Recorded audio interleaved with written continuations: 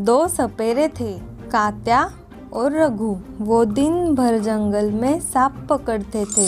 दोनों तिलेर थे। सांप पकड़कर वो दोनों उनका जहर निकालकर दवाई बनाने वाली कंपनी को बेचकर सांप को वापस जंगल में छोड़ दिया करते थे।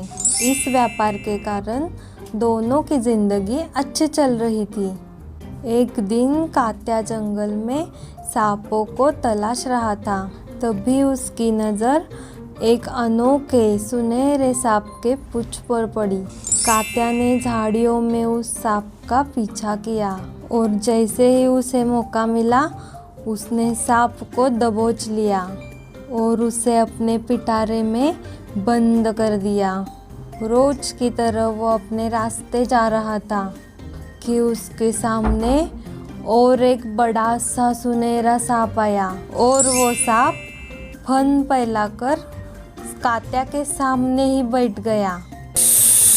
तुमने मेरे बेटे को क्यों पकड़ा? सांप को बोलता सुन कात्या के तो होश ही उड़ गए। वो अपनी आंखें मसलने लगा। क्या तुम बोल सकते हो? हाँ, मैं एक जादुई सांप हूँ और जिसे तुमने पकड़ा है वो मेरा बेटा है। हाँ, जादुई सांप। तुम क्यों हंस रहे हो? अगर तुम जादुई हो तो इस जंगल में क्या कर रहे हो? मैं और मेरा परिवार इसी जंगल में रहते हैं।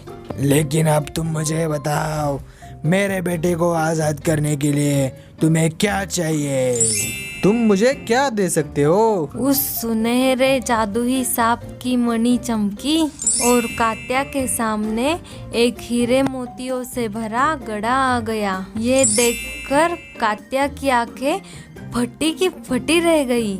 उसने वो पिटारा वही रख दिया और हीरे मोतियों से भरा घड़ा ले लिया और जादुई सांप के बेटे को आजाद कर दिया।